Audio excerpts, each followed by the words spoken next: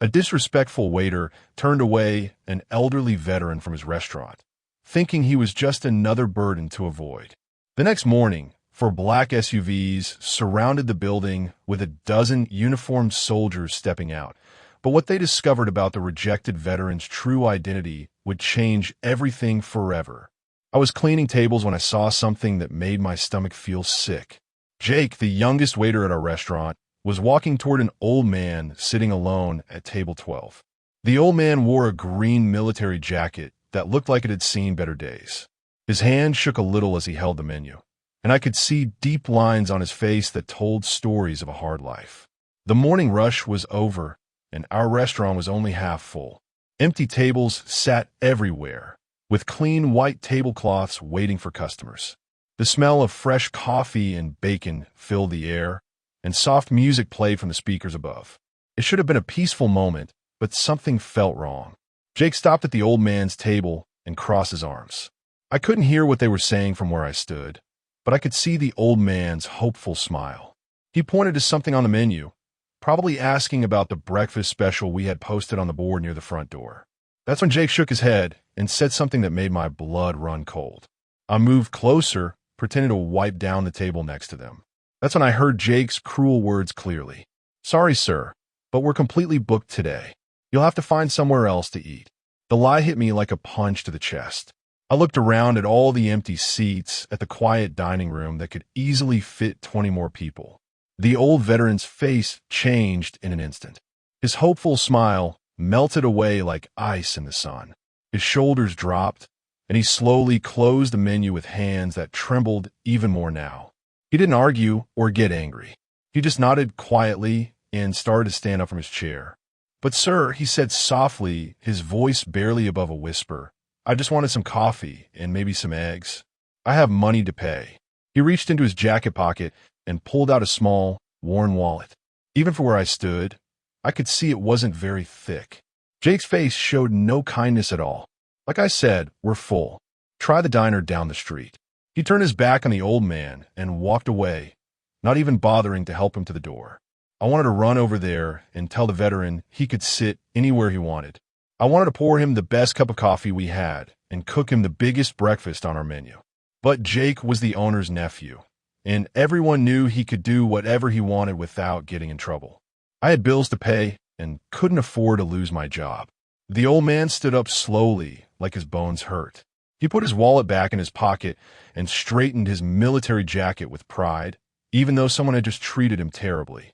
As he walked toward the front door, I noticed other things about him. His boots were old but clean and polished. His hair was combed neatly. This wasn't someone who didn't care about himself. Other customers in the restaurant had seen what happened too. A woman at table 6 shook her head in disgust. A businessman reading his newspaper looked up and frowned. Even the cook, Maria, peeked out from the kitchen with angry eyes. Everyone could see this was wrong, but nobody said anything. The veteran reached the front door and put his weathered hand on the silver handle. The morning sunlight streamed through the glass, making his gray hair shine. For a moment, he stood there without moving, like he was thinking about something important. Then he turned around one last time. His tired eyes found Jake, who was now laughing with another waiter about something. The old man's voice was quiet, but every word was clear and strong. "Son, you don't know who you just turned away, but you will. This morning, you made a choice that you're going to remember for the rest of your life." Jake stopped laughing and looked confused. "Whatever, old man. Just leave already." But the veteran wasn't done talking. His voice got a little stronger, and there was something in his tone that made everyone in the restaurant listen carefully. "I've been to 3 wars, boy. I've seen things that would make you cry. I came here this morning hoping to find some kindness, some respect. Instead, I found you." The whole restaurant was quiet now. Even the soft music seemed to fade away. The old man continued. "You think you know everything about people just by looking at them. You think that jacket makes me worthless. You think my age makes me less than you. You're wrong about all of it." Jake rolled his eyes, but I could see he was getting uncomfortable. Some of the other customers were staring at him now, and not in a good way. The veteran straightened his shoulders and looked directly at Jake one final time. "This isn't over, son. What goes around comes around. You'll see." Then he pushed open the door and walked outside into the bright morning sunshine. I watched through the window as he climbed into an old pickup truck. The truck was clean, but clearly had many years on it. As he drove away, I caught sight of his license plate, and my heart nearly stopped beating.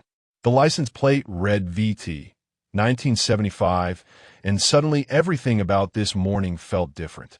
I stood at the window watching that old pickup truck disappear down Main Street, and a terrible feeling grew in my stomach. Something told me this wasn't the end of the story. I walked back inside, where Jake was already joking with Tommy, another waiter, about what had just happened. "Did you see that old guy's face?" Jake laughed. He thought he could just walk in here and get free food or something. Probably one of those fake veterans you hear about. Tommy looked uncomfortable. "I don't know, man. He seemed pretty real to me. Did you see all those patches on his jacket?" "Anyone can buy that stuff at a thrift store," Jake said, but his voice didn't sound as confident as before. "Besides, even if he was real, so what? This is a business, not a charity." I couldn't stay quiet anymore. "Jake, we had plenty of empty tables. Why couldn't you just serve him?" Jake's face got red with anger. "Because I'm the manager here, and I decide who gets served. Mind your own business, or you can find another job." The threat hung in the air like smoke. I knew Jake meant it. His uncle owned this place, and Jake had gotten 3 other workers fired in the past year just because he didn't like them. I had a daughter starting college next month, and I needed this job more than I needed to be right. But that didn't make me feel any better about what I had just watched. The next few hours crawled by like they were moving through thick honey. I served coffee to businessmen, brought pancakes to families with little kids, and smiled at everyone who came through our doors. But my mind kept going back to that old veteran and the way his face had looked when Jake turned him away. Around 11:30, the lunch crowd started coming in. The restaurant filled up with the usual mix of office workers, construction guys on their break, and retired folks who liked our daily specials.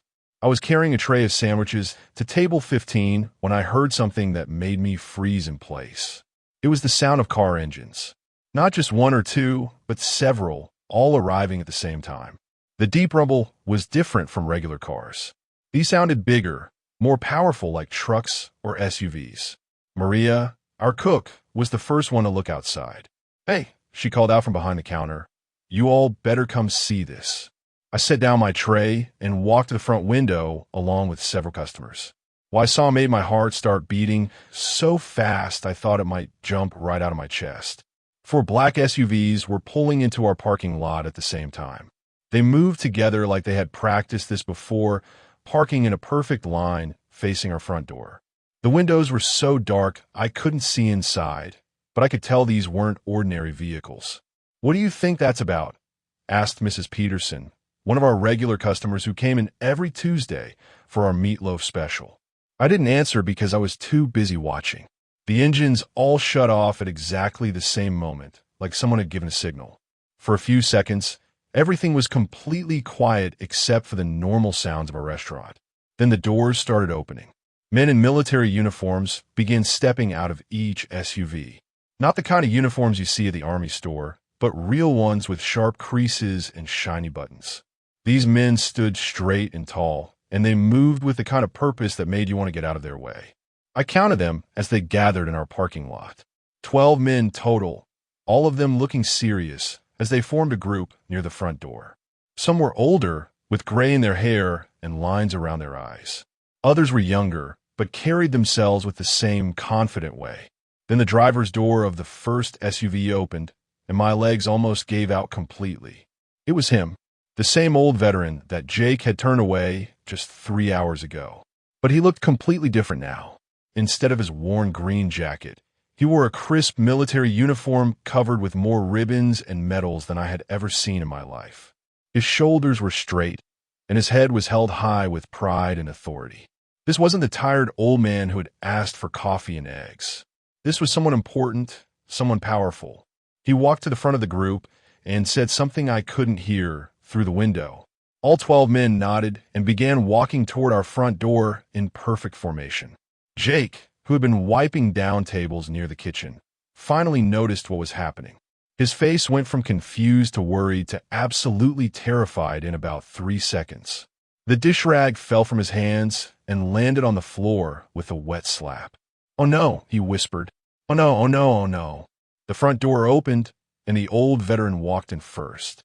Behind him came all 12 uniformed men, filling our small restaurant with an energy that made everyone stop talking and stare.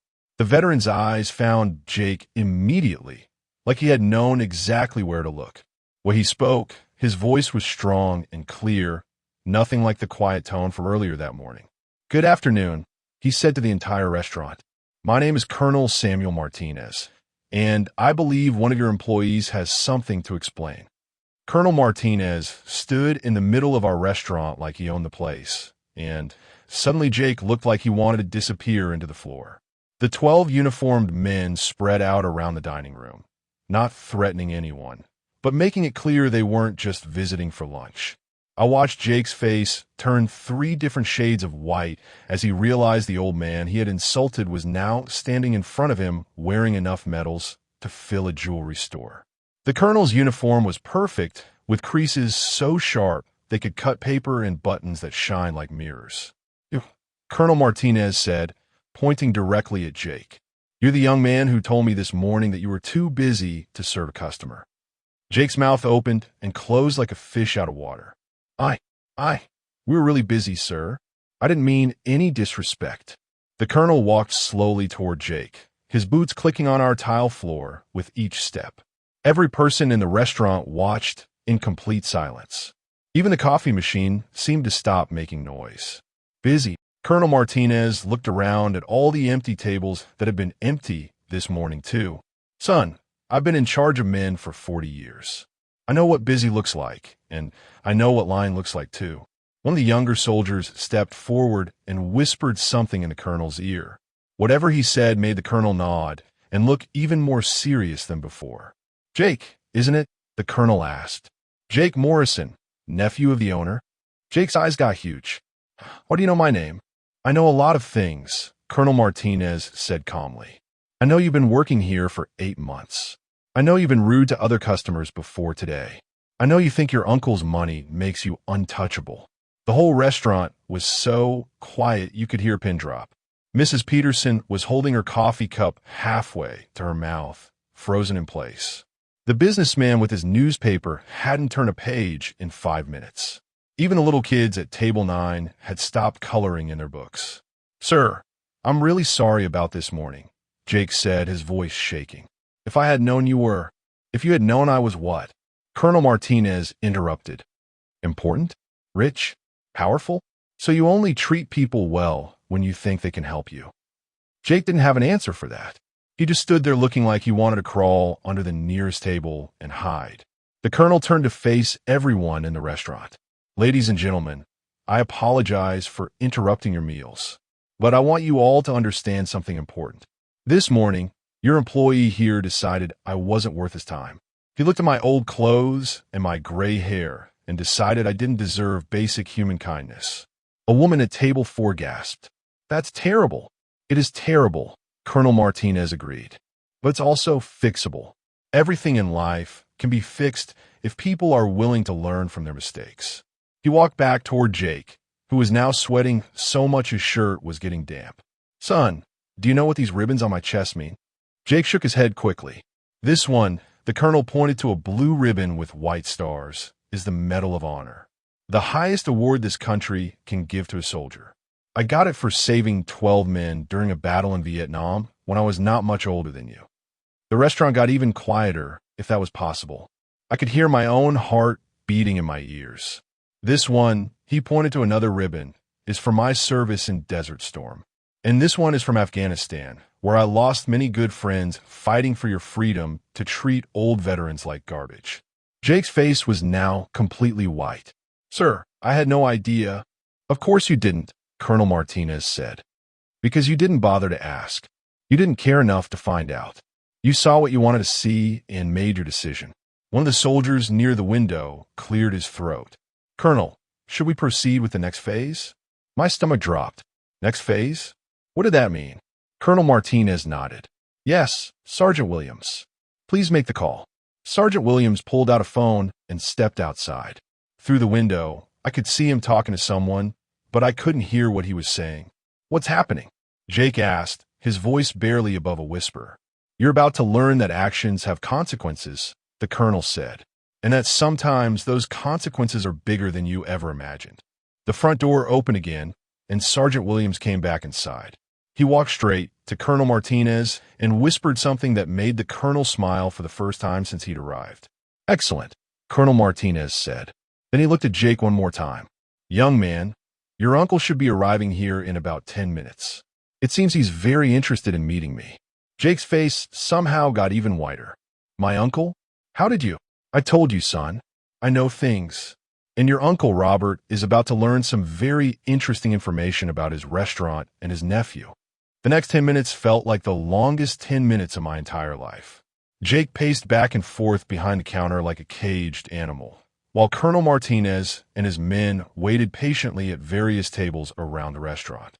The other customers whispered among themselves, but nobody left. This was better than any movie they could have watched.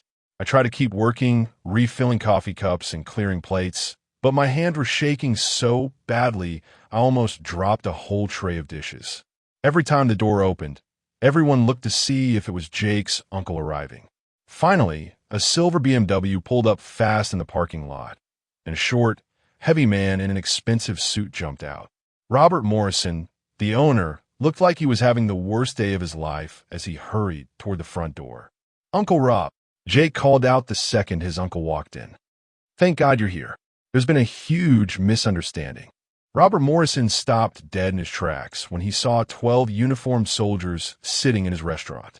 His eyes found Colonel Martinez immediately, and I watched his face go through the same changes Jake's had gone through earlier. Are you Robert Morrison? Colonel Martinez asked, standing up from his chair. Yes, sir, I am. I own this establishment. There seems to be some kind of problem with my nephew. Your nephew is part of the problem, the colonel said, but not the biggest part. Robert Morrison loosened his tie, which was already cutting into his thick neck. Sir, whatever Jake did, I'm sure we can work something out. He's young, and sometimes he makes mistakes. This wasn't a mistake, Colonel Martinez said firmly. This was a choice. Your nephew chose to humiliate a veteran in front of a room full of people. He chose to lie about being busy when he was clearly not. He chose to judge someone based on their appearance instead of their character. I watched Robert Morrison's face as he tried to figure out how much trouble he was really in. His restaurant was his whole life. He'd built it from nothing 15 years ago, and everyone in town knew he was proud of it. Colonel, Robert said, reading the name tag on the uniform, I sincerely apologize for whatever happened. Jake will be disciplined, I promise you that. Disciplined how? Colonel Martinez asked. Robert Morrison looked around the room nervously. Well, I'll talk to him. Make sure he understands how to treat customers with respect. Talk to him. The colonel's voice got harder. Mr. Morrison, your nephew has been rude to customers for months. This isn't his first time. Talking clearly isn't working. Sergeant Williams stepped forward and handed Colonel Martinez a folder I hadn't noticed before. The colonel opened it and pulled out several pieces of paper. Mr. Morrison, are you aware that your nephew has caused this restaurant to lose at least 15 regular customers in the past 6 months? Robert Morrison's eyes got wide. What? No, that's not possible. Mrs. Janet Phillips, age 73, used to eat here every Sunday after church. She stopped coming after your nephew told her she was taking too long to order.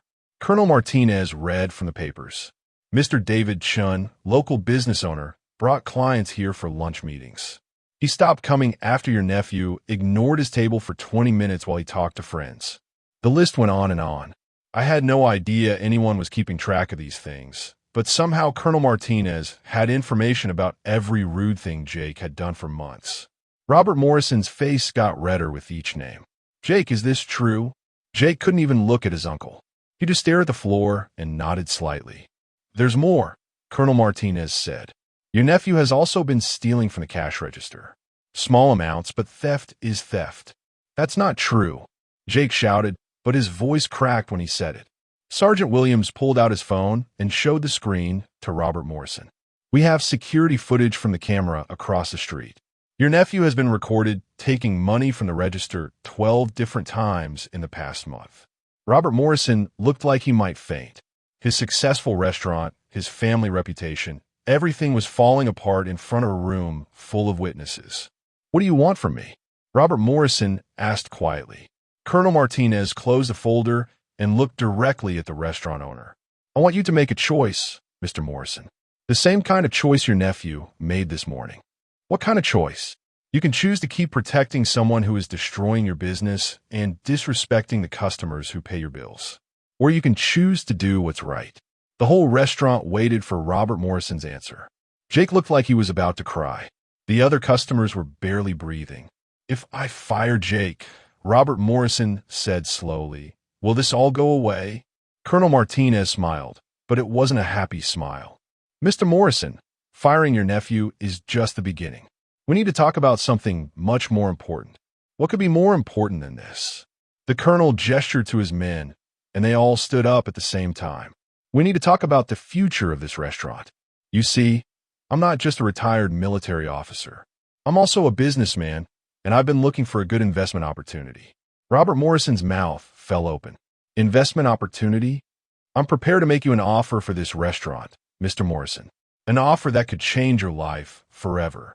Robert Morrison's hands were shaking as he stared at Colonel Martinez, trying to figure out if this was the best news of his life or the worst. "You want to buy my restaurant?" he asked, his voice barely above a whisper. "Not just buy it," Colonel Martinez said, pulling out a business card that looked more expensive than anything I'd ever seen. "I want to transform it into something this community can be proud of." I looked at the business card over Robert's shoulder and nearly choked on my own breath. It read, "Martinez Holdings Incorporated, CEO Samuel Martinez," with a logo that looked like it belonged on a skyscraper in New York City. "You're a business owner?" Robert asked, still trying to understand what was happening. "I own 17 restaurants across 3 states," the colonel said calmly. 2 hotels, a construction company, and a chain of auto repair shops. When I retired from the military, I didn't retire from working. I just changed uniforms. Sergeant Williams stepped forward with a briefcase I hadn't noticed before. He opened it on the nearest table, revealing stacks of papers and what looked like official documents. "Holy cow," whispered Mrs. Peterson from table 4. "This is really happening." Colonel Martinez pulled out a folder from the briefcase and handed it to Robert Morrison. "This contains my offer for your restaurant, Mr. Morrison. I think you'll find it very generous." Robert opened the folder with trembling fingers. His eyes got bigger and bigger as he read the numbers on the first page. Then he sat down hard in the nearest chair like his legs had given out. This is 3 times what this place is worth," Robert stammered. "It's what this place could be worth," Colonel Martinez corrected. "With proper management, better training, and a focus on treating every customer like family."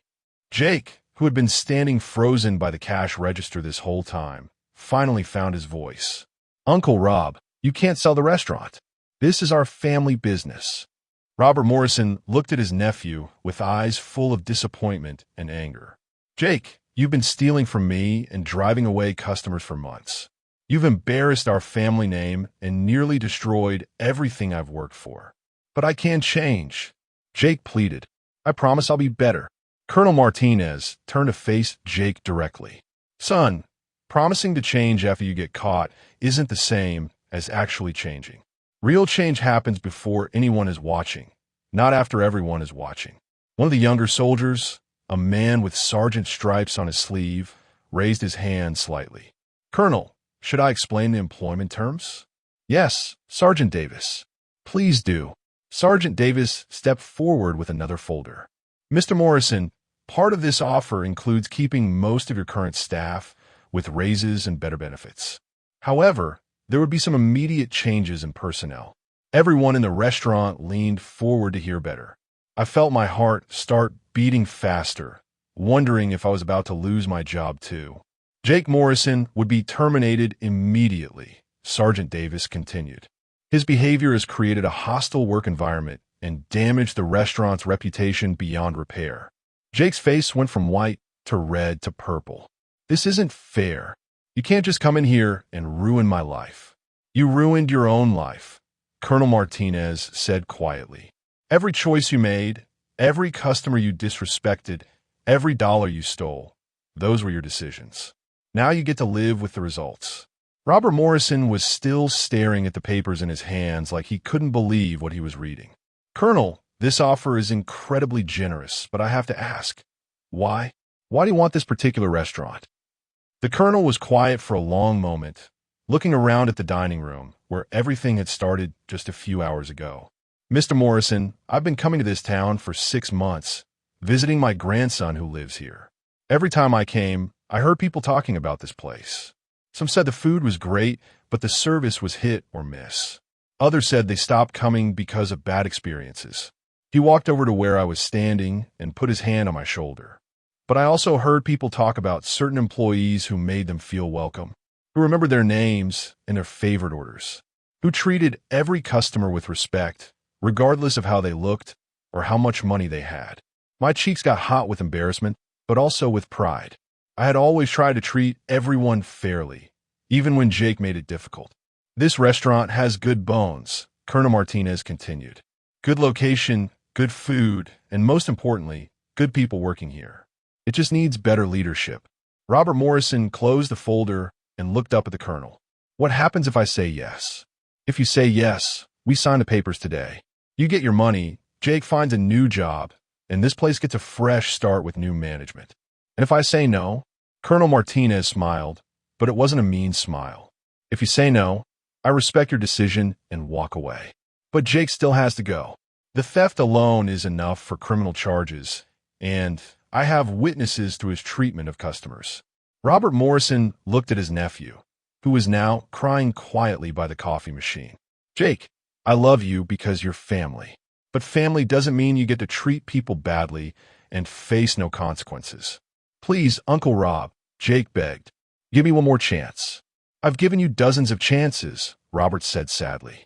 Every time a customer complained, every time I told you to be nicer, every time I covered for your mistakes. I can't do it anymore. The restaurant was so quiet, I could hear the ice machine humming in the kitchen. Everyone was waiting to see what Robert Morrison would decide. Colonel Martinez walked back to the table where Sergeant Williams was waiting with more papers. Mr. Morrison, I need an answer. My lawyers are waiting to finalize everything, but only if you're ready to move forward. Robert Morrison stood up slowly, still holding the folder with the offer. He looked around at his restaurant, the place he'd built from nothing, the place that had been his whole life for 15 years. Colonel Martinez, he said finally, I have one question before I decide. What's that? Who would be the new manager? Colonel Martinez smiled as he looked directly at me, and suddenly I felt like the floor was moving under my feet. That's an excellent question, Mr. Morrison. I've been watching how this restaurant operates for months, and I know exactly who should be running this place. My heart started pounding so hard I thought everyone could hear it. There was no way he was talking about me. I was just a waitress who had worked here for 2 years, trying to pay my bills and save money for my daughter's college.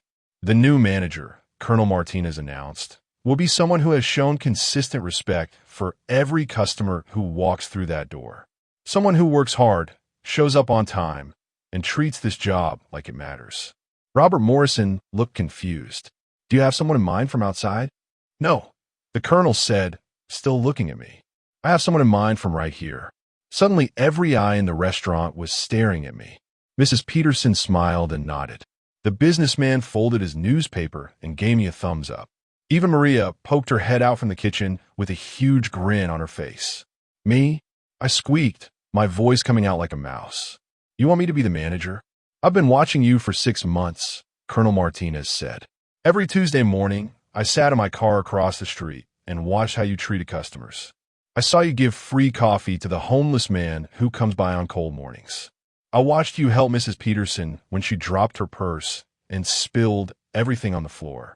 I saw you cover extra tables when other servers called in sick, and you never complained once. I felt tears starting to form in my eyes. Nobody had ever noticed those things before. I just did them because they felt right. But I don't know anything about being a manager, I said. I've never run a business or handled money or done schedules or any of that stuff.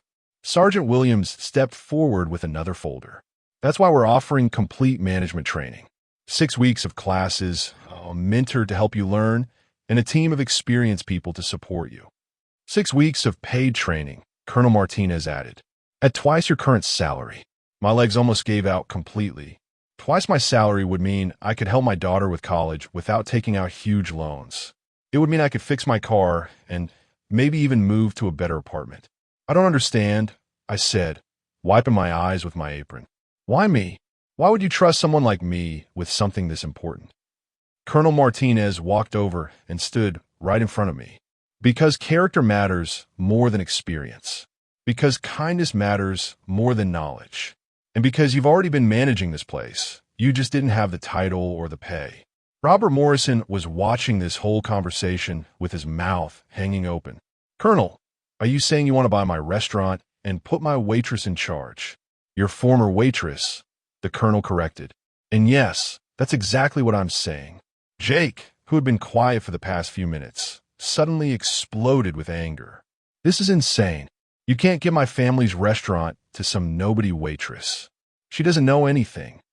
She knows how to treat people with respect, Colonel Martinez said firmly. Something you never learned. But she's just a waitress. Jake shouted. And you're just fired, the colonel replied calmly. Two of the soldiers stepped closer to Jake, not threatening him, but making it clear his outburst wasn't welcome. Jake looked around the room for support, but every face showed disappointment or anger toward him. Mr. Morrison, Colonel Martinez said, turning back to the owner, I need your decision. My offer stands, with the management change as discussed. Robert Morrison looked at me with new eyes, like he was seeing me for the first time. You really think she can do this? I know she can, the colonel said confidently. But more importantly, she wants to do this for the right reasons. She cares about this place and the people who come here. I felt like I was in a dream where everything was happening too fast to understand. An hour ago, I was just trying to get through another shift. Now I was being offered the chance to run the whole restaurant. What about the other employees? I asked. Maria in the kitchen, Tommy and Sarah who wait tables? What happens to them? Colonel Martinez smiled wider. They all keep their jobs with raises. Good people deserve to be rewarded, not just the people who cause problems. Maria called out from the kitchen. You better say yes, girl. You've been covering for everyone else around here for 2 years. Tommy, who had been watching everything from behind the counter, nodded enthusiastically. You'd be a great manager. You already help train new people and fix problems when things go wrong. I looked around at all the faces staring at me. The soldiers, the customers, my co-workers, Robert Morrison, and even Jake, who looked like his whole world was falling apart. I need to ask one more question, I said to Colonel Martinez. What's that? If I mess this up, if I can't handle being a manager, what happens then? The colonel's face got serious. Then we figure out how to help you succeed. This isn't about setting you up to fail. This is about giving someone with a good heart the chance to make a difference. Robert Morrison walked over to the table where all the papers were spread out. He picked up a pen and looked at Colonel Martinez one final time. Colonel, if you really believe in her, then I'm ready to sign these papers. The whole restaurant held its breath as Robert Morrison put the pen to paper. But just as he was about to sign his name, the front door burst open and someone rushed inside, changing everything once again. A young man in military uniform rushed through the front door, breathing hard like he had been running. Everyone in the restaurant turned to stare at him, and Robert Morrison froze with his pen, still touching the paper he was about to sign. Grandpa, the young soldier called out, looking directly at Colonel Martinez. I got your message and came as fast as I could. My brain felt like it was spinning in circles. Grandpa, Colonel Martinez had a grandson who was also in the military? The colonel's serious face broke into the biggest smile I had seen from him all day. Marcus, you made it just in time. He walked over and hugged the young man tightly. And for a moment, he didn't look like a powerful businessman or a decorated war hero. He just looked like a grandpa who loved his grandson.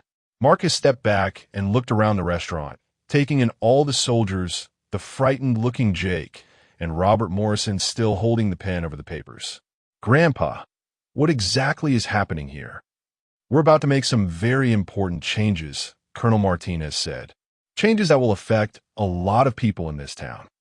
I stared at Marcus more closely, and something about his face seemed familiar. He was tall and thin, with kind eyes and a gentle smile. There was something about the way he stood, the way he looked around the room, that made me think I had seen him before. "Marcus," Colonel Martinez said, "I want you to meet the person who's going to be running this restaurant." He gestured toward me, and I felt my cheeks get hot with embarrassment again. Marcus walked over to me with his hand extended for a handshake. "It's very nice to meet you," he said politely. "My grandfather has told me a lot about this place." I shook his hand, still trying to figure out why he looked so familiar. "Nice to meet you too," I said quietly. "Actually," Marcus said, his smile getting wider, "we've met before. Many times." My heart nearly stopped. "We have. Every Tuesday morning for the past 6 months. Table 9, black coffee, no sugar. Sometimes I order the blueberry pancakes, sometimes just toast." The room started spinning around me. Table 9, Tuesday mornings. The quiet young man who always sat alone in the corner, who always said please and thank you, who left good tips even when he only ordered coffee. "You?" I whispered. "You're my Tuesday regular." "That's me," Marcus said, his smile now huge. "And you're the waitress who always made sure my coffee cup never got empty, who remembered that I don't like sugar, who asked me how I was doing even when the restaurant was busy." I felt like I was going to faint. "But you never said you were related to." "I wanted to see how people really acted when they didn't know who I was," Marcus explained. "Grandpa asked me to check out this place after he heard mixed things about it around town." Colonel Martinez nodded proudly. "Marcus has been my eyes and ears here for months. Every week, he told me about the good service and the bad service. He told me about employees who cared and employees who didn't."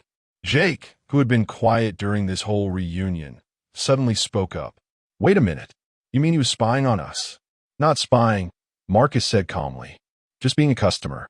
And customers notice how they're treated." Colonel Martinez walked back to where Robert Morrison was still standing with the pen in his hand. "Marcus told me there was one employee here who always went out of her way to make people feel welcome. Someone who treated a young soldier eating alone like he was the most important customer in the place." My eyes filled with tears as I remembered all those Tuesday mornings. Marcus always seemed a little sad, a little lonely. I had tried to be extra kind to him because I thought he might be homesick or going through a hard time.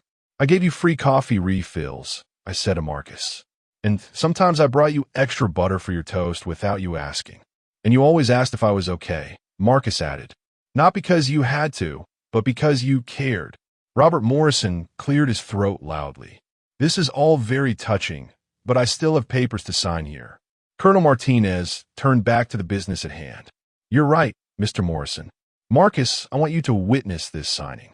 This restaurant is about to have new ownership and new management." Marcus looked surprised. "New management? Your Tuesday waitress is going to be the new manager," Colonel Martinez explained. Marcus's face lit up like someone had turned on a light inside him. "That's perfect. Grandpa, she's going to be amazing at this." "You really think so?" I asked, still not believing any of this was real. "I know so," Marcus said. "You made me feel welcome here every single week, even when other employees ignored me or rushed me along. You made this place feel like home." Sergeant Williams stepped forward with more papers. "Colonel, we need to finalize the employment contracts and the training schedule." "Employment contracts?" I asked. "Plural." Colonel Martinez looked at Marcus, then back at me. "Did I forget to mention that Marcus will be your assistant manager?" My mouth fell open. "What?" "I'm getting out of the military next month," Marcus explained. "I've been looking for a job, and when Grandpa told me about this opportunity, I knew it was perfect." "You want to work here?" "With me?" I couldn't believe what I was hearing. "I want to help make this place the best restaurant in town," Marcus said. "And I can't think of anyone I'd rather work with." Jake, who had been getting angrier and angrier during this whole conversation, finally exploded.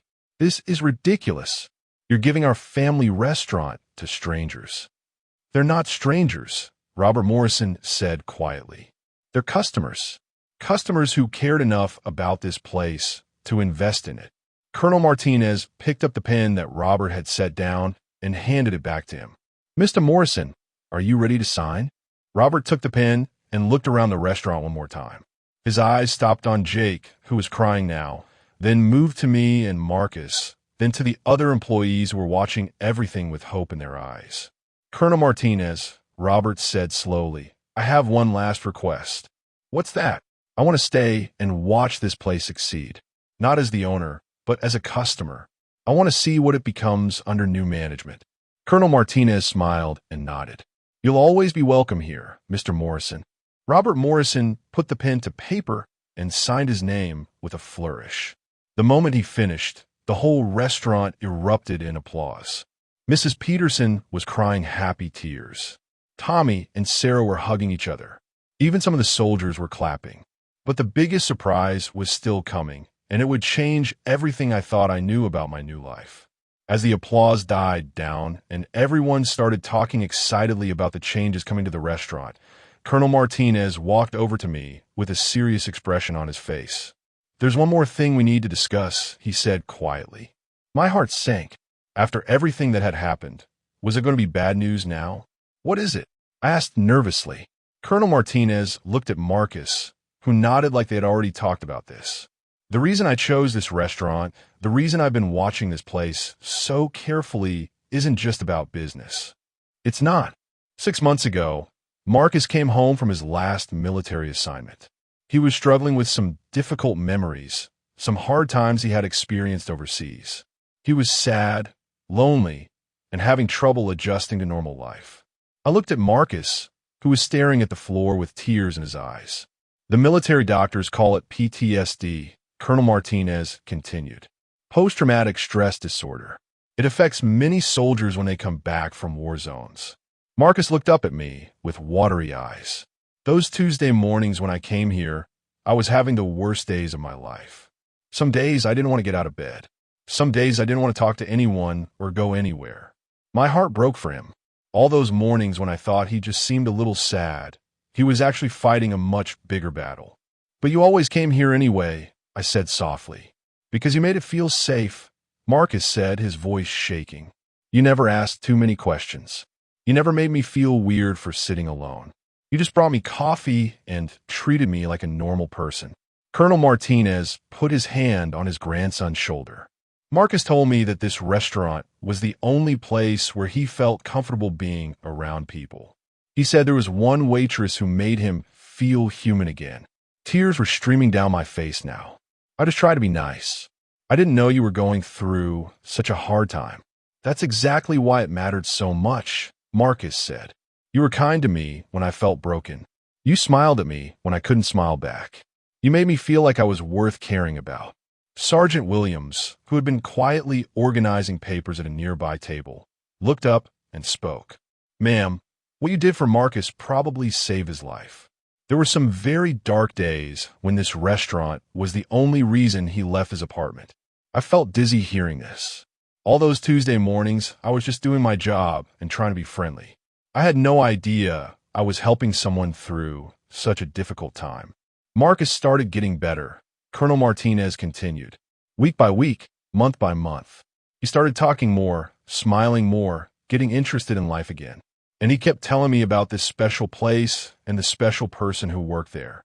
So when I heard that the same restaurant was having problems with rude employees, Marcus added, "I knew we had to do something. This place saved me. Now I want to save it." Robert Morrison, who had been listening to this whole conversation, walked over to me with tears in his own eyes. "I had no idea," he said. "I never knew how much difference one employee could make." "Now you know why character matters more than experience," Colonel Martinez said. "This woman has been managing people's hearts and spirits for months. Managing a restaurant is just the next step." Jake, who was still standing by the cash register looking defeated, spoke up one last time. "So, this is all about feelings? About being nice?" Marcus turned to face Jake directly. "It's about treating people like they matter.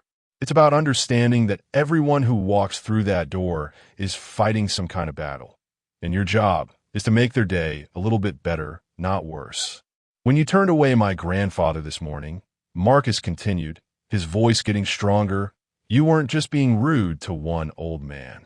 You were disrespecting every veteran who ever put their life on the line for this country. You were showing that you don't understand what service means. Colonel Martinez walked to the center of the restaurant and addressed everyone who was still there. Ladies and gentlemen, this restaurant will reopen in 2 weeks under new management. Everyone is invited to come back and see what this place can become when it's run by people who truly care. Mrs. Peterson raised her hand like she was in school. Will the prices stay the same? The prices will be fair, Colonel Martinez said. Good food, good service, and respect for every customer who walks through the door. Sergeant Williams handed me a folder with more papers than I had ever seen in my life. These are your management contracts, training schedules, and employee handbooks. You'll start your training next Monday. I stared at the folder, still not quite believing this was really happening to me. What if I'm not good at this? What if I mess everything up? Marcus stood beside me and put his hand on my shoulder. Remember what you told me on that Tuesday morning when I spilled coffee all over myself? I thought back and smiled slightly. I told you that everyone makes mistakes, but what matters is how you clean them up and move forward. Exactly, Marcus said. And you won't be doing this alone. We're going to be a team. Colonel Martinez looked around the restaurant one final time. Jake, you need to clean out your locker and leave. Your employment here is terminated immediately.